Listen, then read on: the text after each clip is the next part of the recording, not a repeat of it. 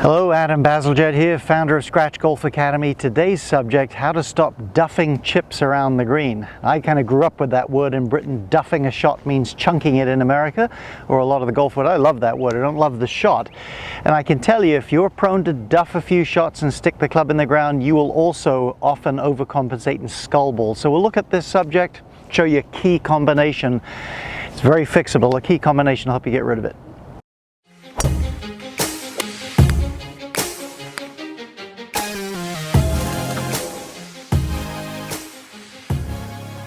Well, very briefly, if you're new to the channel, perhaps you've watched the videos before but have never subscribed, would love it if you'd hit the subscribe button. Helps us build momentum, bring you free content. Also hit the bell there. You'll be notified every time a new video comes your way. Well, the first thing you have to do is remove the duff. You have to remove the problem itself. A lot simpler than you think. I'll show you close up. Once you've gotten that out of there, you can start to get the combination sorted out.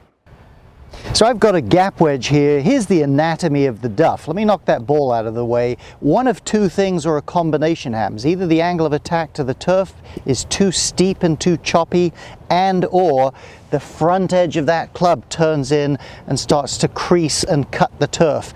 If you can use the bottom of the club, slide this off the ground with less chop, you will not duff the ball. And we're not suggesting come in here and scoop it at the last minute either. So don't misunderstand me. We're not trying to chip with negative shaft lean. You certainly wouldn't duff it if you did that, but you wouldn't hit it very well. Moderate forward shaft lean is plenty. Now, if it's a really tight lie, you may have to tilt the club forward a little bit more, or preferably take a less lofted club and run it. Remember as well, you are not trying to compress the ball. You're trying to hit it fairly softly and at a manageable speed. So very little shaft lean will do.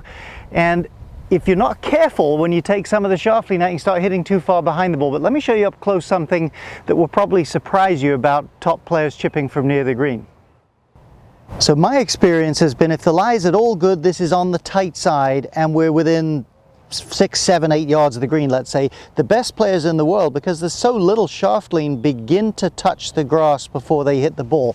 Maybe just sliding in about there. Now, if you said that the scuff mark, maybe that long, 4 or 5 inches, middle of scuff mark is always true bottom of swing. So true bottom's in front of the ball, but the club more skids into the grass a little bit more, doesn't trap the ball completely. Okay, so notwithstanding we can rub into the grass fractionally before we hit the ball, a lot of people, once they take the chop and the shaft lean out, start hitting too far behind it, this far behind it, and either miss-hit the ball a certain amount and come up short, or they come up and hit into the middle of the ball and thin it. So here's the thing, here's the magic combination that you want to try to work out, the thing we discussed at the beginning of the video. Round numbers, where your body center is, maybe just in front of it, is pretty much where the bottom of this swing is going to be, especially on this small scale. So you're trying to get, I wouldn't put the ball way back, you start chopping again there, you're trying to get your center nice and forward and get your lead side low. I like to set up cross-handed sometimes to work on this. So I feel very level. I feel like I'm almost looking at the front of the ball, and that gives me the combination where I'm pretty much bottoming out in the right area, but I'm able to do it without the chop. So I start to get that feel. Critical, you take some practice swings here when you do this. If you're at home, try this. Here's the test. Can you, with almost no effort, with no sense of having to go get the ball, just bottom out right in that area? If you can do that, you're in the right kind of frame of mind with your setup.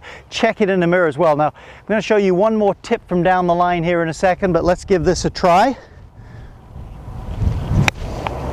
Pretty decent shot there. I could hear the club just skid into the ball. Practice it a bit. You want to really trust this. In other words, trust the combination of skidding and the right bottom out point. Let's have a look from here. It didn't quite come back. Now, it's all very well to get this combination good from in front of you. In fact, it's crucial you get the combination good. Your mind, your conscious mind, has to be calm and quiet. You have to have flow to be a good chipper. And here's something that people do frequently that robs them of that, that fouls them up. I have a free 3-part video series, Short Game Secrets, in depth, down in the description box. Go pick that up. Help yourself out a little bit. Happy to help you. Here's what they do that messes it up. They get the club too far around them, too far behind their legs, On this little shot, that combination isn't going to work. You're going to be in the wrong spot or hit the ball over there. Invariably, it excites an adjustment. Start to get that little flinch of the hands, the whole thing goes down in flames. So very, very important. It's fixable. Get closer to the ball. This would be my normal distance probably for this club, maybe there. I'm going to make the club shorter. It's up to you. Halfway down the grip, almost down to the metal maybe. But not only that, get nearer the ball, maybe a third closer to the ball. What does that do? It keeps everything going in a straighter line. Here's an image I love. If I had a little board here about 4 feet long, my hands just in front of it, there should be no reason I would ever come close to hitting that board on a shot like this. Again, make your setup is key here because the swing is so small. You don't have time to, you don't want to make adjustments. So get your combination there, get nearer the ball here, get that club working in a nice clean straight line. You're going to find this so much simpler. Hit the thumbs up button please if you liked the video. Appreciate you doing that. Hope this helps you. It's going to help you stop duffing those chips.